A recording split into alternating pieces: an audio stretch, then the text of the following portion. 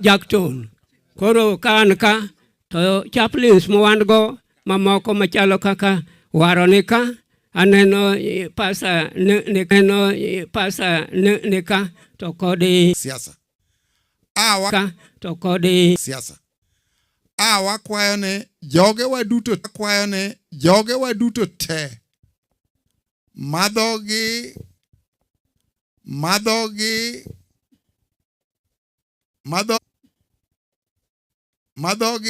mil ne laro kombe mamoko. Achiel kuom pinje manok e Afrika malweny pok obede. Omiyo walam Nyasaye ahinya mondo ketwa e lwedo maber. Ka ok kamano tago erokamano ahinya ne kanisa ma kendo wakelo ka pesa 9,000 shillings mirundogo cham lote 2 mondo rwak welo madala ka. Weche moko be ntiere mabende wan godo kaka jodongo. Ni wadongi saa achiel kamili to kanisa kao program. Akwayo ni grube te makuru dwa biro mbele ka ng'ata achiel pa group, 1 person to represent the group. Puonj aseneno executive nat secretary brother Cornel Ojuok ka ongoso team marang'ongo kosedonjo godala ka jaduong' kamoro amora ma intie gi team ni warwaki ang' ni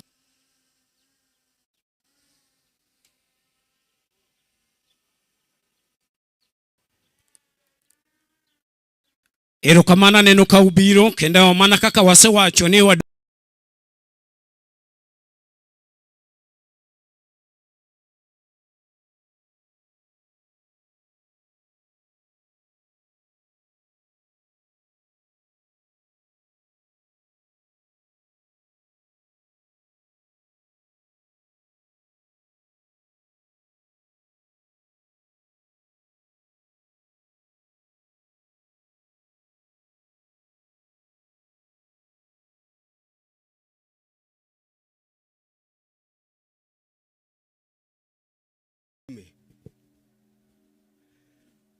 Kawayaka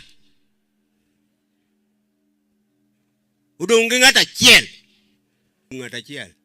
onge tabu kito no ngene ng'ata kata ana biro nendo mak mana akwayo ni ya nyithindo modong waluongo trumpeta friends ye mondo me obi mondo owach monyalo wacho kawae trumpeta wadhie migogni.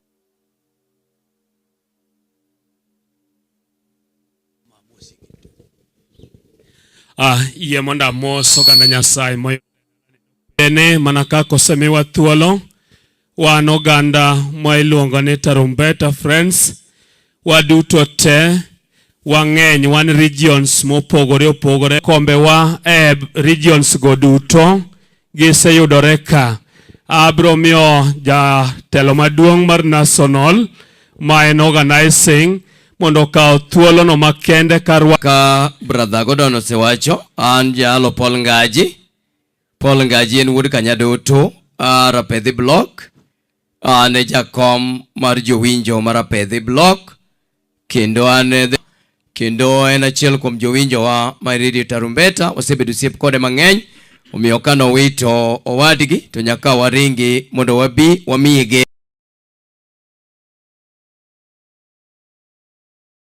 wito geno koro ka ubiro tu miyo oganda mayudo chandruok geno moyombo liel kata moyombo tho omiyo wan ka kod jakom moriwo waduto te bloge wagi te ene jakom mar maju beuru atoganda mang'eya e kiruma wethweth mogundhi thuok rangach daka winj kumosa nying Yesu mrembeuru koro mano bet ber nyinga jalamo kaunda jalamo awuok ranen conference abiro kai ni ka dute nying Ruoth Yesu. Solomon ijaduong' masikong fuafwane joka dhano kama erokamano min joy uluwe ombek luwe kamano owili erokamano achona lu erokamano Nyasaye mondo gwedhu nekeche utimo maber. Awacho maber ni koda this straight away awacho ni wan kod migogni migogni ereu migogni biro to warwako kama gambo alumni wa ubed thuolo kama intie ibiro luongi kasa mowinjore Mnai unbende warwako karibu wagogeni. Hallelujah. Adwoko erokamano ne Nyasaye moketo nyasi ne wuod nera malich machalo kamano kang'ina nyalo ubed gi ruoth. Erokamano. Mokwonga moso sinagogi ni Bwana asifiwe. Bwana asifiwe. Anyuola na ni gwase god bura. Wadwan meuru mpaka Tanzania gi Kenya. Samson Ojuka en nyathiwa chako dak kode ka ja klas 2. Yo omiyo sani pod anyalo wacho English. Kendo pod apenjo yo. Ne where I go myself. And what is my name? Pod anyalo wacho venyo nyathiwa machunyo ohero tambe nyahere. Kata ka sikul an kae manadake. E higni mago wan jo analog. Wuone wabene keny very well. Kendo ni discipline wago lando. Masal matinde wabembresagi. Takwera state away. Kendo discipline kata jaduong mawuoda maduong. Discipline. Omiyago chiwnya leta inya kanka. To duto ne Nyasaye. Nyasaye manochano kata an machung kane. Noka ngina nyalo gik e wakati makawuono ni. Dwe mar 5 na tuo mabede ward 1 month. Ka kiara to Nyasaye otimo na ono maduoga chung. Kana we an mobiro hika. Kendo kata kanya yudo lit. To nyoro na gimoro. Antwara no to 1982. Kata ka yudo liel to yudo oro na gimoro. Ago erokamano mang'eny madanga wachonge. Kata an mawuoyo ni. Akiana an makiny tente no bio hika. No bede dhoda. Erokamano duto. Nyasaye oritu kumano wae kendo wachak warom ka ruoth oyie. Erokamano. Esama weyni ne biro to yiena mondo akaw thuolo ni mondo arwak jaduong' Charles moa e piny Kochia ma en anko Samson mosenindo. Thuolo en mari jaduong'. Akwayo mondo weyni ne ere oikre. Kaka litoka okang' na chaka mi thuolo. Mano te kita. Kakali to thuolo okang' ne yodi.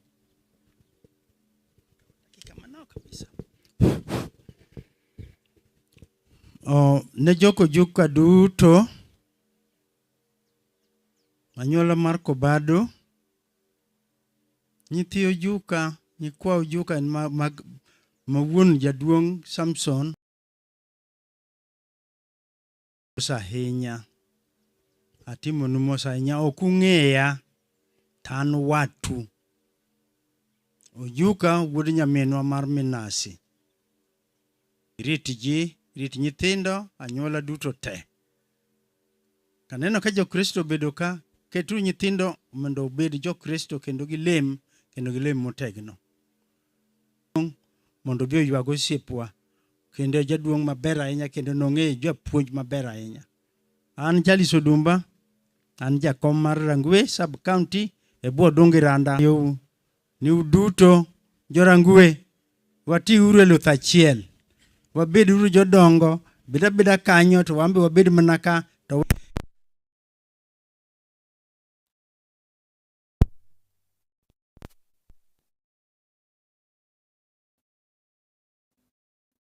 Erokamano ng'ata moyudore mafall e kategori mar wuon mosenindo.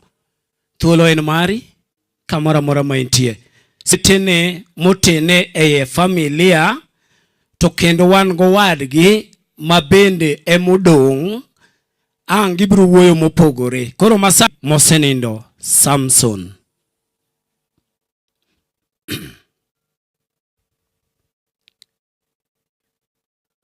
Nyimine mama koro ma e yot. Nyimine the late manie yot. Nyimine sawa gimbene nyisore ni gionge. Yena monda kaw thuolo ni makende monda dhie step machielo yuoche mosenindo.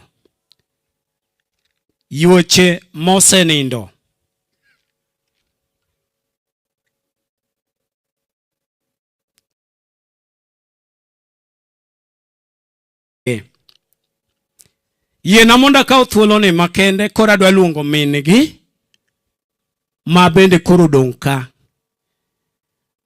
Mama Sabrina Ojuka. Thuolo en mari mondo ibi mondo iwach minyalo wacho.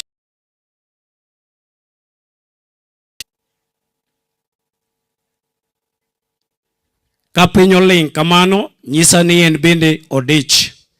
Yiena koro mondo adhi e step machielo. Step machielo, I want to take this opportunity to take this program to my co-master of ceremony on his behalf. Adhi e kiwango mar retirees. Wan kod retirees jok manyiche no setiyo. Kendo kama koro wantiere ni to gine ikgi mar yueyo. Au thuolo ni mondo mi arwak retirees mantiere ka mondo ubi mondo umbende wane you are present.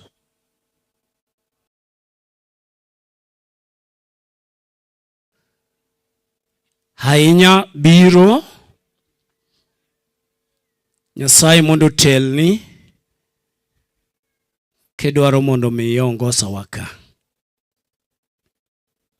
Erokamano.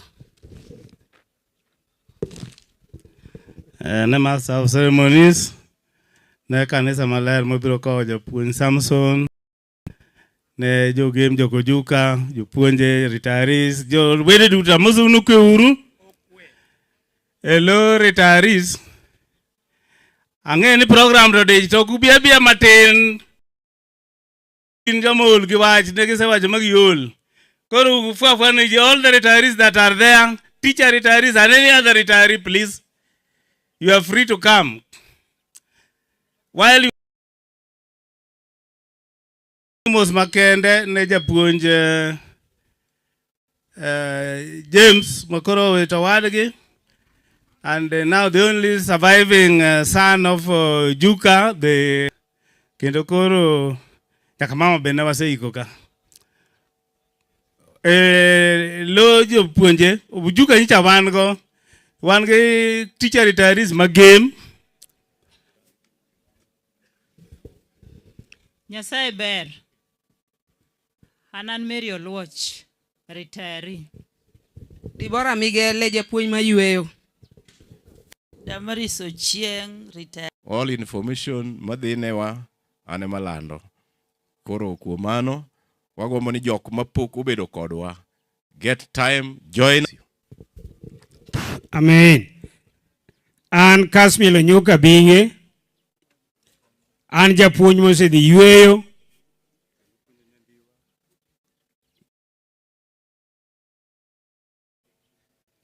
Siasa be an meya mose yueyo. Meya to kaonge ng'amoluo bang'a. Kadok e siasa, Ojuka, nyamero nyuom Kabuoch to gin jodalani. Yiendo Ojuka bende ja Kabuoch. Koro joradek ge emoriwa Ojuka. Kaka ora, nong'a maber. An mamoso ni iluonga ni Joseph Ochare, mawuod the late Dennis Oketho Aganda. Peace. Amen. Moto uduto no kweuru. An iluonga ni Stephen Areya Ojuka en sangi. Kama Ojuka nyombe man ba nyombe. Koro atimo mos ne tho Ojuka. Eruru kamano. Retired teachers magame ka. Koro akwayo jopuonje ma poko donje that organization okava game te. Koro group moro matine kor gweng'u to ma duong' kuye to join. Nitie groups madongo yan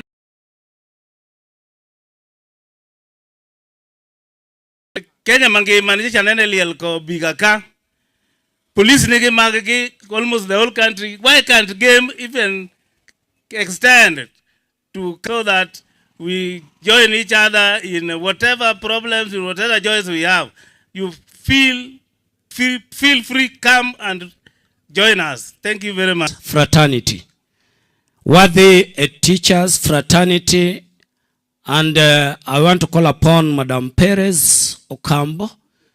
Relative, teachers, friends, visitors from all over who have come to help us mourn the late Mwalimu. To the family of the late Prof, I know the journey has not been easy. I think for those who were here last year, I'm saying Pole in a special way. Thank you for coming to condole with us. Because of pressures of time, I know people are here, but deeply.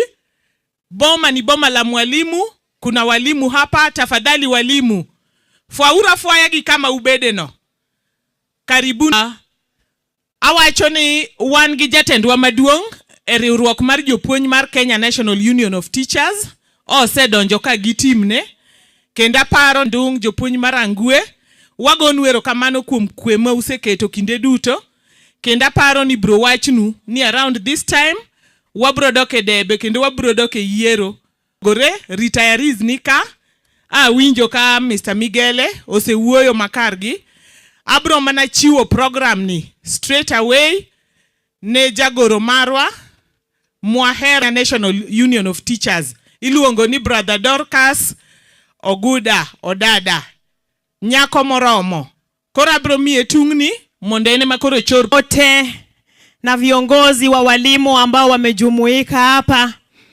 Mtaniruhusu ni wasalimu. Mungu yu mwema. Prof naye alikuwa mwalimu. Kuna watoto wao hapa ambao ni walimu. Kwa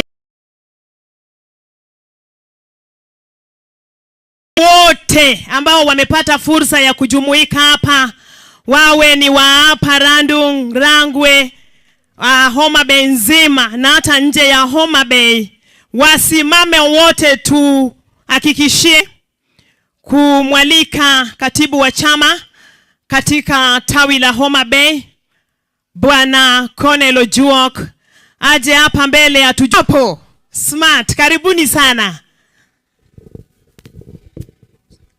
Thank you, the branch chairman, Madam Dorcas Odada, Professor Simon. As a teacher family, we know very well that this family have teachers. We say, Paul, we ask God to give you courage. We ask God to grant you peace. The executive secretary at Homa Bay branch. We have teachers here who have come. The chairman has told, I believe that they will be given chance to express their condolences. This team we are Giluo Bangjo Wetege, mondo gibigi chiu condolence messages magi. We have Sauri Yako. Noni ngwabika mangeny, but jomoko kuomwa be nie functions mopogore. Moko dhie liete mamoko. Moko be nie functions mamoko. As the branch treasurer, thank you. We have the current branch chairman, who is also defending her position as the branch chairman, Madam Dorcas. Jonyuol, wakwayo support maru, mondo umi jopuonj. Sanida, kaluwore gi selection manyo team adonje grade 10. But we thank God, ni wang'eyo ni sane nyithindo, ose wakwayo jonyuol, ni jopuosida ma un gono jopuonj bende ni kode. Omiyo wakau kwe 10th, so that we talk to Randung teachers and we shall articulate all the teachers' issues. Wabru biro, wabru wuyo kodu, chieng ki family madalaka. Bed japuonj, okin japuonj, watimo numos kabisa. Thank you very much. Very brief, kendo consider the time. Yena monda kaw thuolo ni monda land tie mar MP2 kaun thuolo. Kaw kamano to yena mondo mi a proceed on the watch mar program. Adwaro kaw thuolo ni makende to call upon Mr. Jack Otu. Kanyanjwa teachers 1 to aya uleo. Ang'eyo ni konyo wako japuonj mosenindo ni Nyasaye ber seche te. Elo Kanyanjwa teachers jakom nitiere abiro mana wasebedo kwa wuoyo kodgi kinde ka kinde wajiwore kodgi. Koro joywak wetewa wakony familia ni lemo ahinya mondo migi bed motegno. Otherwise agoyo erokamano ne MC. Kanitie to bimbele to ng'at achiel kende e low. Erokamano jaduong' kuom biro. Biuru mantie machiegni obi okony represented Asumbi alumni Dakubi Abia. Ang'eni piny bor ji noserita aneno Robert osechopo ka pod arito ng'ama chielo but ene mano o recommend thuolo manadonje in the year 2002 nyaka atiyo en owuok owewa that kendo 17 years after. Koro this couple na yudogi kendo paro ni they were even neighbors. Thank you. Ene jodala duto kaachiel gi wede gi welo gi jogweng' 1996 tene manorwaka kanyo kendo within a short time noluongowa ni young tax. Omi lemo moro matin was written by Prof. O.Ojuka. Koro wacho ni ne en kaka my mentor because from that first letter I was able to move through the ranks nyaka kama koro antie ne familia kuom wito osiepna machalo kamano. Koro mawan go batha kani embe en jaoda embe ne wapuonjo kode Asumbi kanyo. Ojuka the year 2000 ema na join Asumbi Teachers College. Koro na puonjo kode to ne en japuonj mar koro kaka uwinjo dholuo neno mit ahinya otemo en Nyakiambu koro kata jito owacho dholuo aina ma lakini otemo dong kamano. Grace awan gi Phoebe Obondo to wato lengore matin. Ang'eyo ni there is a wall though Prof ne ok o register but modong e nying Ruoth Yesu. Erokamano ahinya ne japuonj. Bang' kamogike no adwa wacho ni Robert Sauri yako chal ni pod odich kamoro. Yena chikra piyo monda donj e oche koro mondo ng'ato biyo mose chokruok.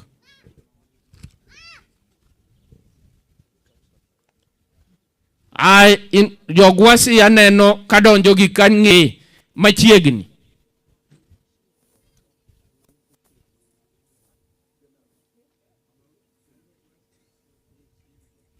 Jogwasi poni mabor. Tieno. Kaner lensa. Kotieno. Dechiel. Dereyo. Didek. Okay, ne kanisa maler matayo nyasi ni ne wede kaachiel kod osiepe mobiro konyowa kowo jaduong'. Amoso ni Nyasaye ber. Nyasaye ber machiegni kabisa. Omiyowa kwa Nyasaye ni koyie jaduong' Ojuka modong' gi famili modong' ganyuola kaachiel gi wede duto ni walemne uru dalani dek. Awane malo mondo fwa. Awane malo. Erokamano. Jatabodho, thank you. Erokamano nyawana Manu Karungu dalage Madam Jane Samson Ojuka Asembo.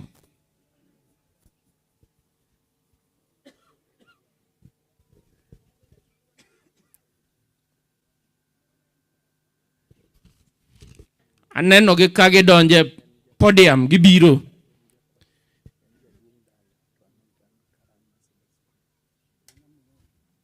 Erokamano nyawandwa donge.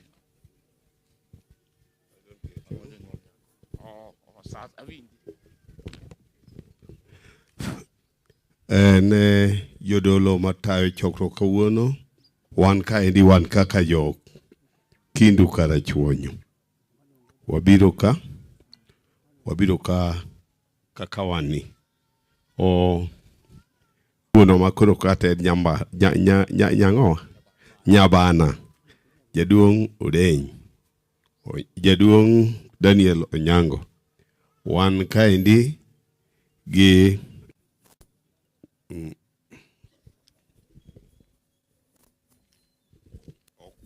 okwabika seche mang'eny abiro mano gima nayudo kuome kadhi anene Homa Bay nayudo ka ne ok onyal obedo transfer to tere manene lastly anene ken Kisumu kendo nwago kode mbaka.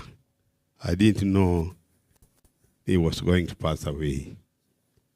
Nwago of the lake workers. Gikadwa wacho kuome asewacho ni en ng'ama muol en ng'ama jaera kendo en jawat kowuoyo kodi hard working hand rested. God love you and we could not kill because it was the will only be among them. God is saying to you today, kamano ruth bed kodu kapo ka keto gini piny yena recognize japuonj na neno mano puonja primary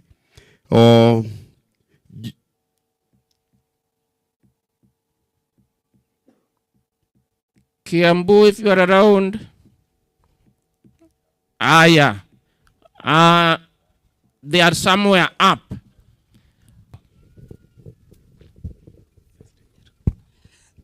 Iena monda mos jiduto no imore uru. Aka uthuolo ni makende mondo arwak jo Kristo duto te kod kanisa amoso ute ni Bwana Yesu asifiwe.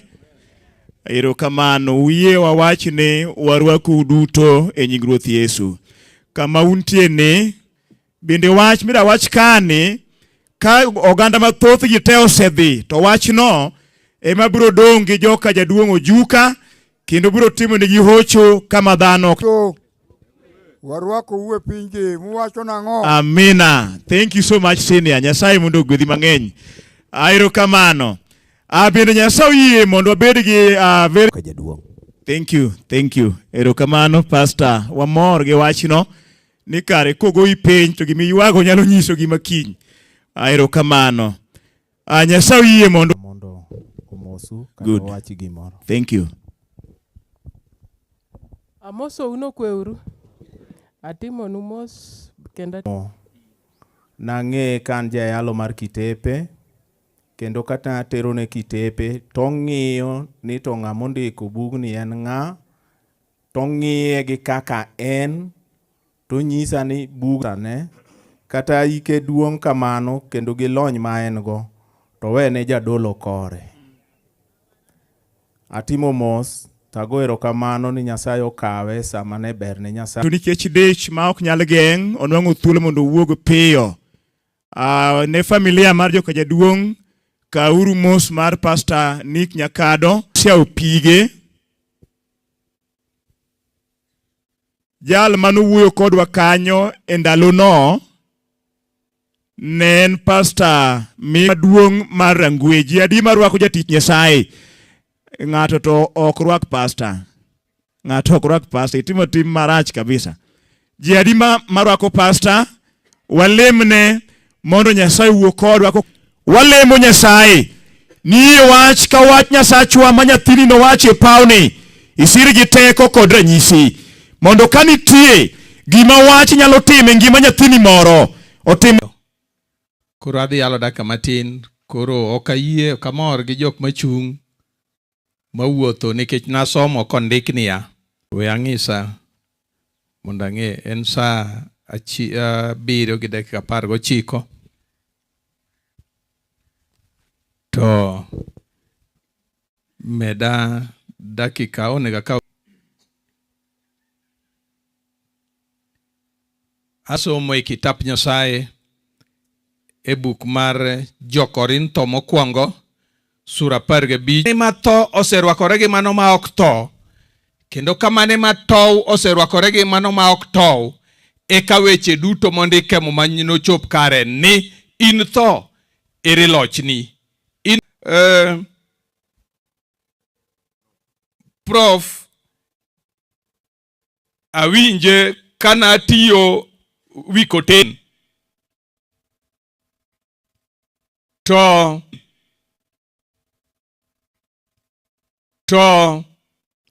ne oyudo ka manosenindo owadwa Robert Ouko ne biro limo sugar factory ma Miwani. Tamore ayuda nanga minyalo rwaki onge e Kenya. Echo odhi oyudi Uganda kaka baka.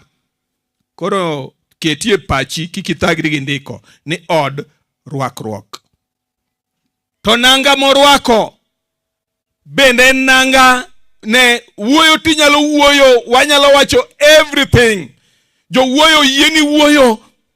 Inyalo wacho gimoro amora ma ono tow, weche duto no chop kare. Joti Nyasaye chieng' agoro, chieng' ma anagoye agoro ne tho, chieng' ma inigoye agoro ne tho. Wach maber. Momi achung', momi ayalo. Wach maber manyaki yago en ya duond malaika no. Praise the Lord. Malaika maduong' biro wuotho e liete, obiro golo duond gi e polo ni ng'ata motho koyie kuom Kristo obiro go. When I wake up to sleep no more, ambe alemo niko wadwa professor will wake up to sleep no more. Kochieo to kono chako nini kendo. Nyasaye moyiene joma no wuotho gi Nyasaye ema norwaki. Niko yi ka Nyasaye to yud the white robe oruod na mama rachar. To konyo no piny kata ni osiepni to wei koni tutu koni remo owei. Owei. Mani chopo e but sanduka ng'iyo wang'i. Ok yes, ne winje kaka imbi wache. Iwache ka gima ng'ano kosiepni. Osiep malong'o Yesu Kristo. E moromgo. Mogi.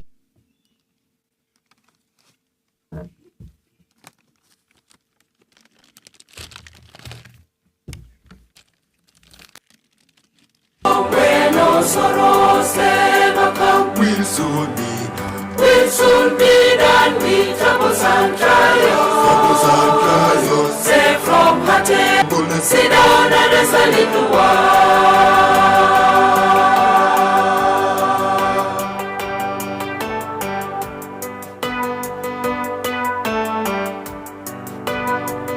And I'm gonna sit down beside my Jesus. And I'm gonna sit down and rest a little while. Will soon be done with troubles and trials.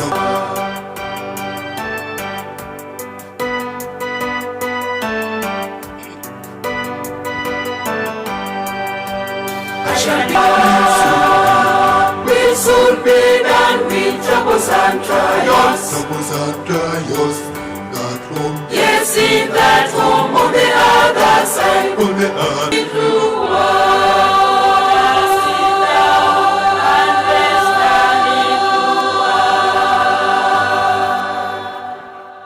ni odhi obede buti baba kigano nwa siganda tho kaka ne timo wa piny. Kendo baba ini kao kitamba marachar. Ithind jaduong' kata nyikwahe biura bia kaute wadwa lemonu biura bia ute. Biura bia mantie kae mwalemonegi. Mwadwa ni mondo un bende ukel gweth, nomi lwedo mar gweth. Koro ka emikete lwedo, kele lwedo mar gweth no. Mar pastor wa biro tieko. Wakuluru wangwa mondo walem. Jehova Nyasaye mantie polo malo, wagoni niero kamano e dier lak sechegi ni duoki osekayo machiegni kendo mi onego bed ni waloso karwa kodi. Eri jatich ni oweyo family mare ka wuon polo koda piny. E yor tich piny ni, e yor tich mar kanisa, Jehova Nyasaye madiye iparge gin bende. Kagimedo dongo, kagimedo duongo dhoudi mondo kik wiu gi wil gi wechego mane gisebedo ka giwinjo. Alam duto mane wuorgi osebedo ka nyisogi kendo kagibedo ka giwinjo gino ma baba gi ne nyiso jatelo e ngimagi. Nitiere mane gi families Jehova Nyasaye. Wakawgi waketogi e lweti. Ni Jehova Nyasaye profesa to koro osenindo. To wan gadieri noweyo profesa. Konyasi mogik ne wuode wang' pinyni. To Jehova Nyasaye ikie chunywa mondo wabedie gi nyasi. Mwabro chiewo ka warwako slippers mag dhahabu. Ka warwako lawno ma ok tow. Ka wabedo timore kaka ineno ni longo ne in. Duong' gi pako dog ne in manyaka chieng'.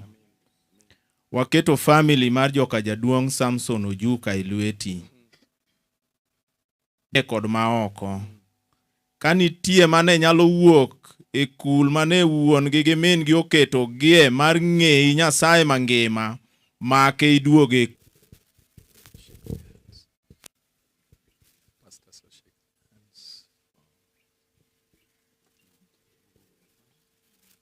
Timore MCs waka please biane kama chunge ni.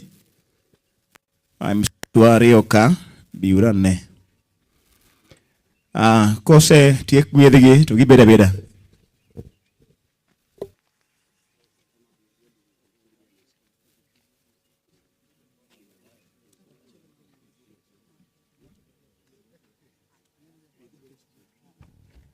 Koro wabeda beda wananwang' thuolo machielo.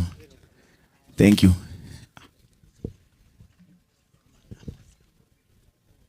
Kamano sause yombwa. Wan gi groups ma pod dwa wuoyo gin teams apaga beach. Mondo wachop kuma wadhiye.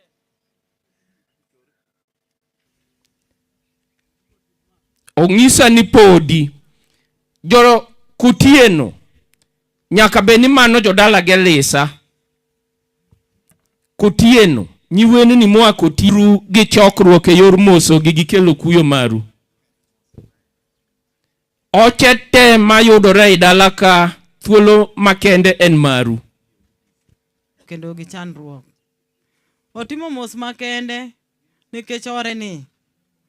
Mano kata ka en gi tabu te mane kuongo ringo ka wuon lensa poko ringo.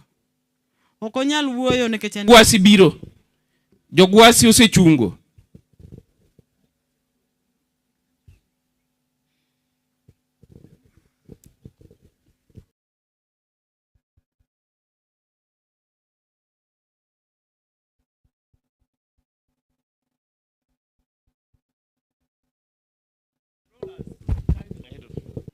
Kendo ubed gimoro achiel. Wadwa ni ka wabiro hapa tukija we find this continuity. Kik ni wabika wayudo ka nyumba imeanguka. Adwaro nyagwasi. Ok odwaro nyako mora mak mana nya. Mano odwaro. Kamana aseneno oche na areya. Achiel en Owino were. Owino ero kamano. Okweuru duto. Agone Nyasaye erokamano momiyo wachopo e dier dalani. An aonge gi wach mang'eny, akwayone mana. Amoso chokruok duto ni okwe. Akwayo ni wanenore na wuoyo kanyo. Sechegi to Nyasaye noloso madar. Sama wuoyo kodu nie an Amerika. En saa ni mondo kata kan mabor to pod anya neno we screen network ema chanda kidogo seche moko lalna anena ka ukwame screen but we are together. My darling mondo bie dalawa kendo nyocha en owadwa mane wahero. Aseyuak koni, aseyuak mang'eny, man are numbered by God. A paraphrase. Tony, when the time comes, onge ng'oma nyalo loko. West no somnago gi kwaya mako na microphone. Thank you very much, Baba mdogo aneno ukanyo. I am happy. Amor ni utimo no nyasi malich ni onindo kong'e Kristo kanyocho tun wawuoye simu and we console each other. To kaka koro notimore no asetemo miyo nyithindwa go jipo, Nyasaye nong'eyo. Waywagu okweuru, Nyasaye ber seche te. Ochieng' gi bis nyithindo mokwongo e odni anyalo paro ka alimo shemeji gi janyuolwa. Aluonge ni my comrade in books. Kanitie ng'ama ne nyalo encourage ni shemeji med somo, inyako mariek matek. Ne en yuoro machal janyuol. To wasiko kamano. Kaka inyo nyamin noluongwa ni darling, e kaka oluongo wate. Ok oluongwa gi nyingwa, oluonga ni RC, baba ne luongo ni Charles Kati. To kuom yawuoyi Ochieng', wewe ndio baba mji. Min daughter, min Sheldon. Nuosewacho magi, in makoro in min nyithindogi. Ubed gi moro achiel.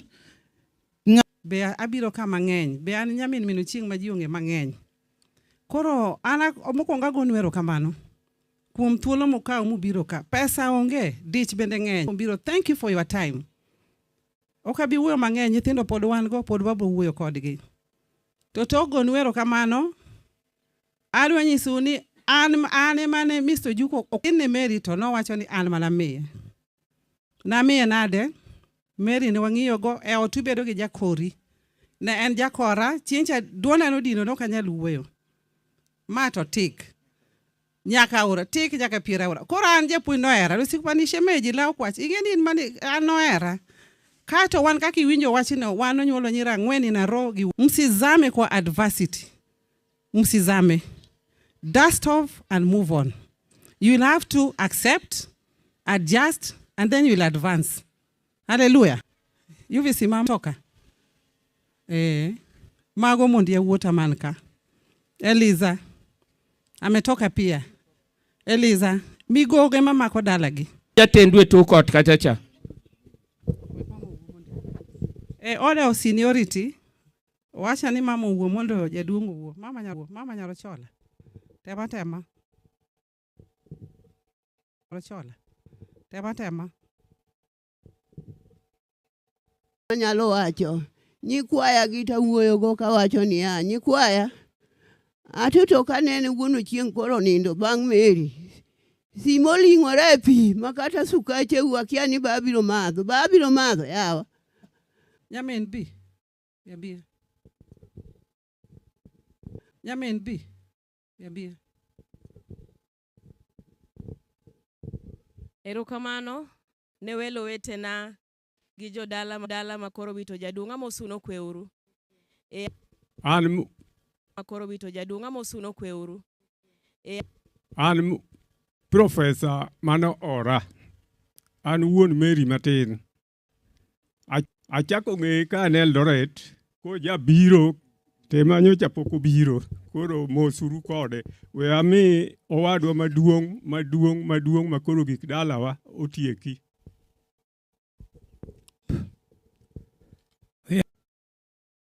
Kama ji ng'e nane nie liel kang'ane. I want to call upon our friends from Embu, wherever you are, come and give speech.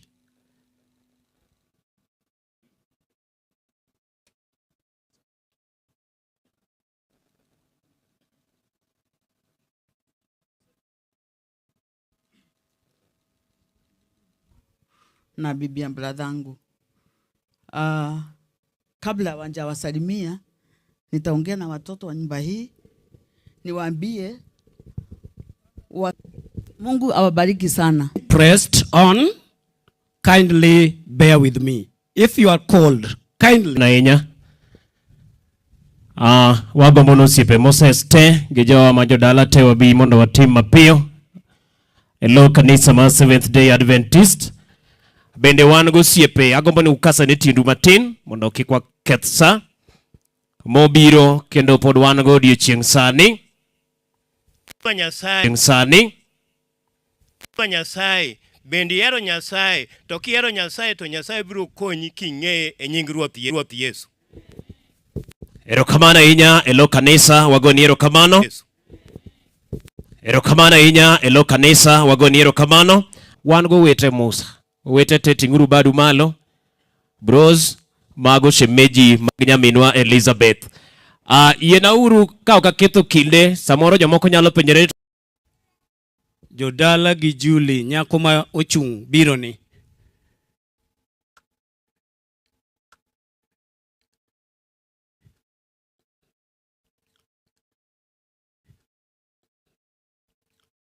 Okweuru.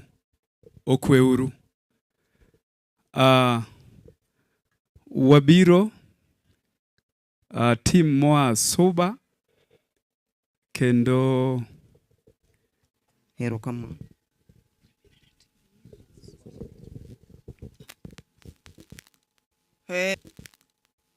Ne joywak wetena amoso ne joywak wetena amoso chokruok ne mirembe kendo an be mos ema kele die dalani motimore ni nyotimore mbele kacha kendo koro en agombo ni mondo amigi thuolo gi make a statement kaeto bende watieka. Opak Nyasaye ni Nyasaye ber seche te. Ani luonga ni Felix Juma. Abiro ka thuolo en ma luonga ni Felix Juma. Abiro ka thuolo en maru mondo uchopi. Jasimbogi e jodala gi jaodu mondo uchopi. Jasimbogi e jodala gi jaodu chieng' e wuoyi maduong' ka. Biuru ukaw thuolo e wuoyi maduong' ka. Biuru ukaw thuolo. Ene bathaka. Iluonge ni Vivian. Koro ana ago erokamano ne dota kuom rwakowa maber to wagonu mos. Erokamano. Mar school chief principal gi jopuonj te kaachiel kod gi all the teaching staff and the non-teaching.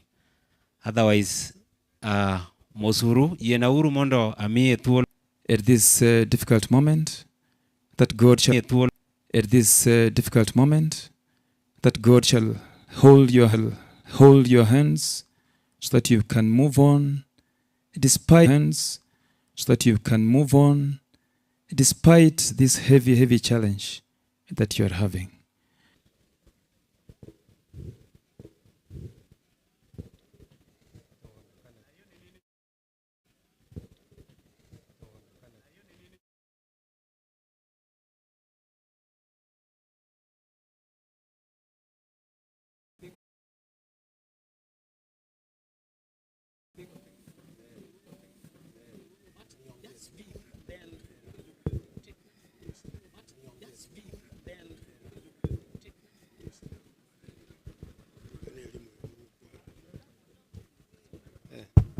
Na wasalimu amjambo. Amjambo tena. Kwa kimila yetu lazima tusimame tupiwe picha pamoja. Ndio hii tusimame tupiwe picha pamoja. Ndio hii ndio witness sasa tulikuwa. So mimi nawapea pole kwa yale ili tukuje kupatana wakati Mungu atarudi mara ya pili kutuchukua mahali tunaenda kupumzika milele na hata milele. Na kwa kimila yetu wacha nipende ndugu yangu mkubwa Mama Christabel ndio huyu, na yeye wacha ongea asiende kunikwara. Wacha ongea asiende kunikwara. Wasafiri wa mbingu, hamjambo? Mbiwa kukufa iko. Tunajua tutakufa. Sisi tujiandae. Yeye asamaliza ile tutaomba, wenye wamebaki tunawaombea mema na mpake salama. Mama, huyu ni mama yangu. Sasa anasema hata yeye aonekane tu. Simama tu wewe na kuonekana tu. Sitarudi tena. Unajua mimi nimetoka mbali. We kodong moro ma ifilu ne giwache joturwa liel moro no bed kama chielo ini wache mano. Wiena akaw thuolo mondo gone jowa te majogen manoyudo thuolo mondo chwal lwetgi kawan kod rambe no owadwa Samson. Yiena mondo go jalendo wa manyo lando gini sakasa Community of Wafaraj Makadere. I don't know whether you are yeah. For mane lando wachni radio tarumbete seche te nyasach polo gwedh nai.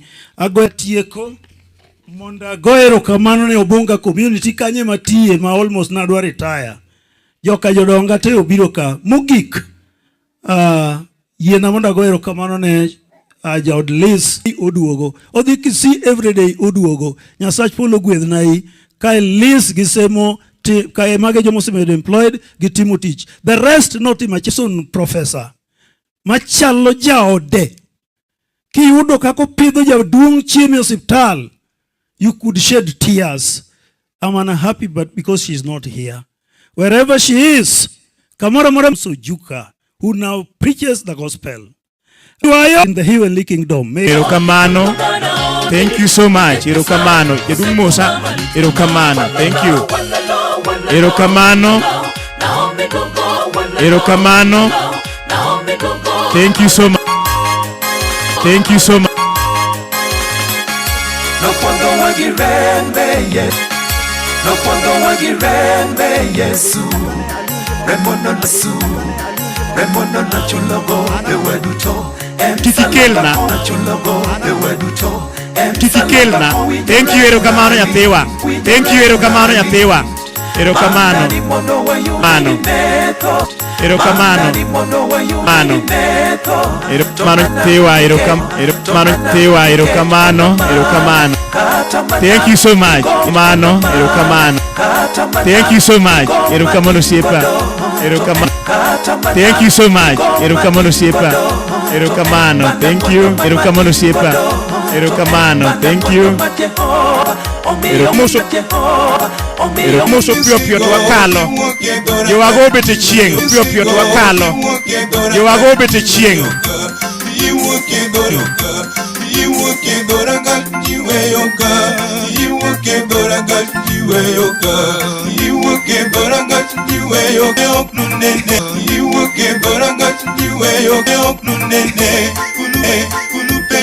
Erokamano, erokamano, thank you.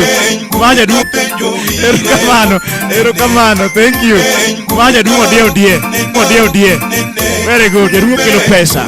Musa usipna. Erokamano. Very good. Jeruo kilo pesa. Musa usipna. Erokamano wura. Anu wura. Erokamano. Thank you. Thank you. Erokamano. Thank you. Thank you. Kamano. Kamano. Erokamano. Erokamano. Thank you. Kamano. Thank you. Kamano. Wow. Erokamano. Erokamano. Wow. Erokamano. Thank you so much. Thank you so much. Erokamano siapa. Erokamano. Erokamano siapa. Erokamano. Awatieko kikidong watieko biabia watieko. Watieko biabia watieko.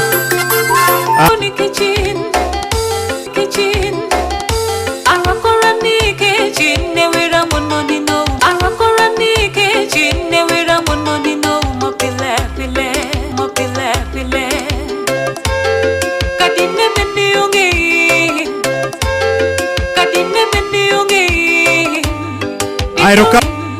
Erokamano. Chief Erokamano. Thank you so much. Chief Erokamano. Thank you so much. Ura. Namatali. Thank you. Erokamano Siepa. Thank you. Very good. Waigi. Erokamano. Awatieko. Amoso uteni okwe. Okay, koro an mana di school naweka dadi ngima. Koro gima notimrene korakia lakini onindi gikwe. Some are alumni, some are still in session. Koro biuru.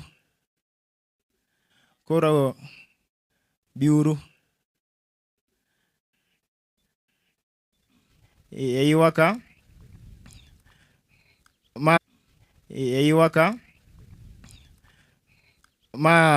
This. Erokamano ahinya kuom wach machalo kamago. Koro this are scholars. Jaduong' narado go mogik kawan kamoni kimbo. Arus omerane. Kero jaduong' no puonja ni as a scholar as I am. Erokamano. Erokamano. Thank you. Ochieng you name director. Good. Ochieng you name director. Good. Urionade joywak wetewa. Ginyingan Castro. Urionade joywak wetewa. Ginyingan Castro Juka. I would the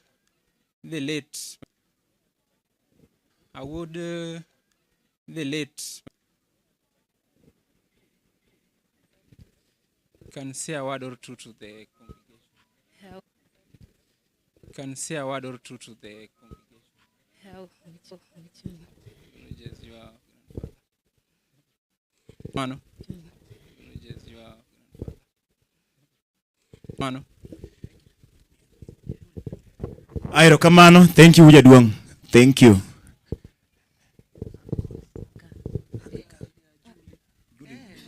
Agon wero kamano jo kanisa naneni ka jorawinja akia kata pod gintie.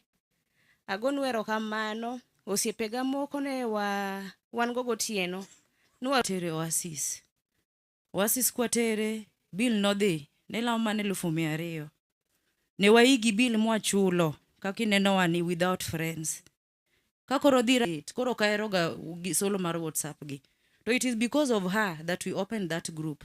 No wacho ni Liz, this thing is going to overweigh us. Just allow us open a WhatsApp. Maka tuogo baba. Ngenyo siepe osole wall no. Were his friends. Don't make wabo solo, but most of them were friends of Joel. And I thought, to noko nyisre, no luongore ni Anonymous, noko dwa nondike nyinge. Anonymous ipok Anonymous oro 20, Anonymous oro 30, Anonymous oro 10. We don't even know her. Kateno kiawa, ongea jokende. His friends, they were all there. Nyasembo.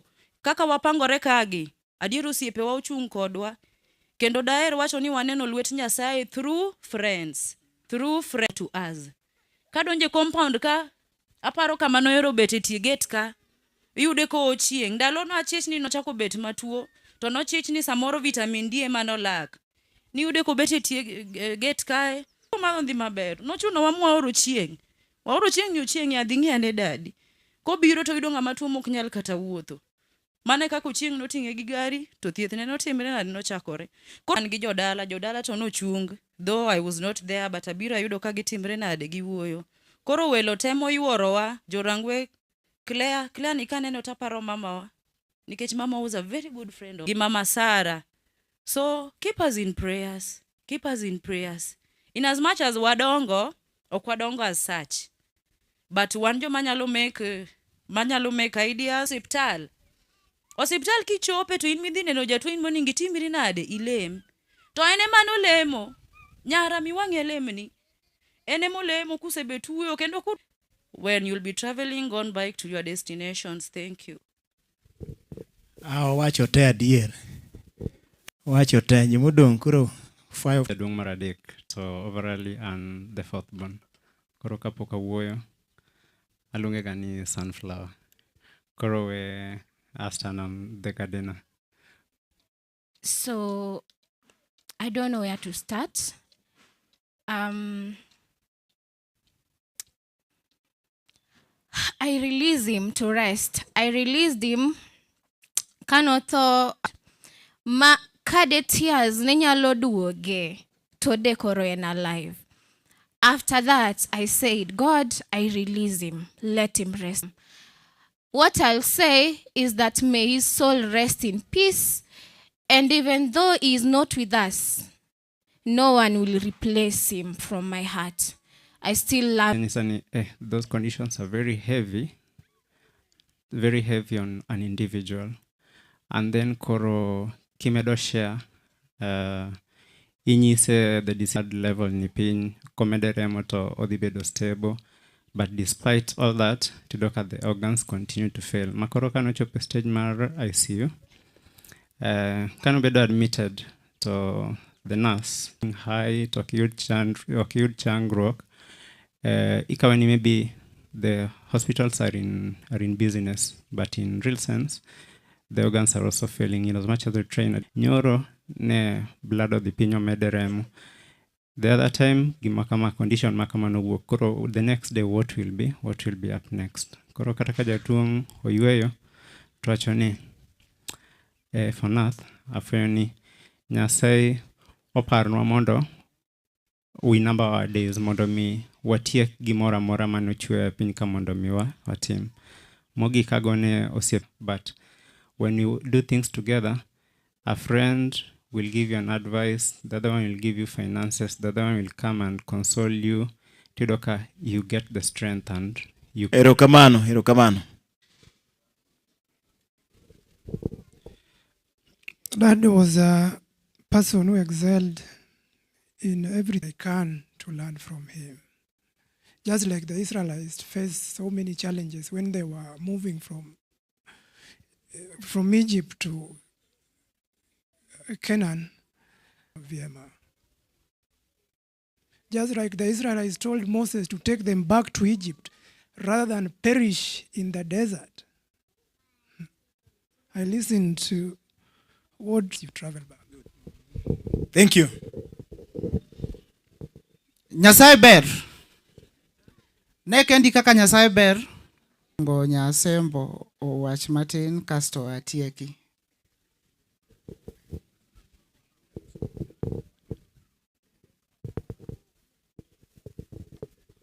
Dala kae ne gin wend jo kanisa. Wend jo kanisa mane ng'eny dala ka kendo ne gimiyo wa mijingo mang'eny kabisa. Agoni wero kamano maduong'. Jo rang boss adende ga ni boss. Abiro kae to ayudo ka ji noherore. Nabiro kae 2013. Niza chung'ne. Kamano kasemo nigi shida ji ne chung'ne tegi kae. Onge gima ne okethore. Kineno ka wadu nigi shida tichung'ne. Koro madam nopuonjowa gimoro ne. Jogi chi semo koka nobiro. Kasbe nigi jaode kae. Naomba tu tukue na amani hapa. Tuliwapata mili. Sasa tukue tu hivyo. Kama uko na bibi sikufanye uache kusaidia mtoto wenyu. Kama uko na bibi usiache just stand with your fellow kids. Okanya wacho mang'eny jodalawa. Okanya wacho mang'eny kuom tuo japuonj. Okada wacho mang'eny kuom tuo boss. Boss obedo matuo. Ndegi ochandre kode mowuotho kode osuptende to otamore. Weuro yue gi kwe. No winjo matek. Aya mogik. Ago erokamano ne yuago kwar wakae. I make sure ni onge ng'awa gi dhoge. Nachung' kodgi, nabedo kae nyaka koro sani se orumo. Kokamano tagonu erokamano maduong', kudok dala, udog maber. Nyasaye mondo gwedho. Nyisa ni wuoda bi, adwa ni yor pesa moro e liel kanyo. Ni ng'ama secretive, kata mam nokong'e pesa pin ni. 11th October.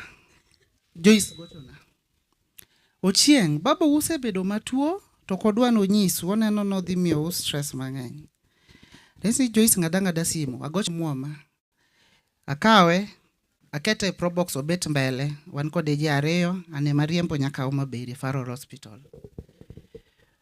Dr. Bwao Bang 2 days, waneno kok thiedhe maber. I decide na gole atere Oasis after consulting my siblings.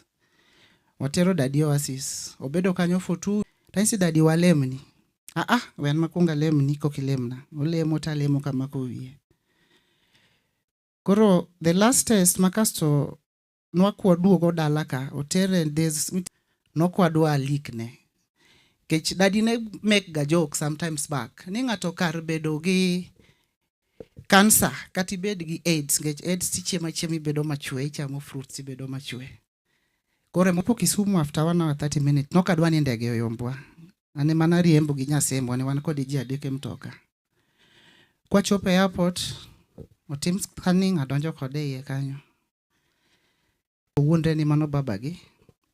Mano dhi through. Koro gichako gi schedule ndege mane wuok saa 5:30.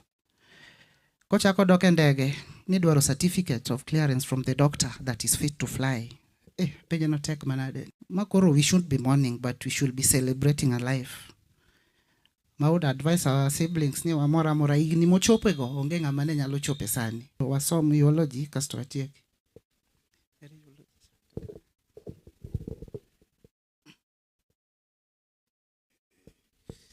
Ju Alo and Odongo Alo. Other siblings are Dick Ojuka, Ombogo Ojuka, Elio Thim, Harrison Ojunga, Daniel Odongo, Samson Okech, Okelo Boy, Peter Charles Ochieng, the late Helen Joma, DH Church. Serving with distinction as a church elder and in various other leadership capacities, after the death of his spouse in 2024, he relocated home and fellowship A level and EACE. Prof later joined the University of Nairobi in 1973 and was awarded a BEd. Juvena, Violet, Christabel, Margaret, Moses, Isaac, Felix, Juma, and the grandchildren, Sheldon, Sebastian, Samson Jr., Shirley, Melanie, Miranda, and Gabriel. In-laws, Mr. Gordon Ochodo, Mr. Sude, the LTC in July 1979, where he served as a principal lecturer and a dean of curriculum until 2002. He moved to Kamagambo Adventist College, where Tokunya bedo together. Koro kataka nguwok lemo na muparwa kabisa. Uparwa, it's the main thing. Mwadwaro ni uparwa. Sasa mulemo kabisa. Koro agoero kama bodo kwe. Kao kamano wachung mondo walem. Wala Nyasaye wagoni erokamano. Weche owachore kama thoth Nyasaye waga amen nyalo go kodwa. Iloso kodwa wach maduong'. Nyathini dhi kar rwakruok. Miye law mowinjore. Miye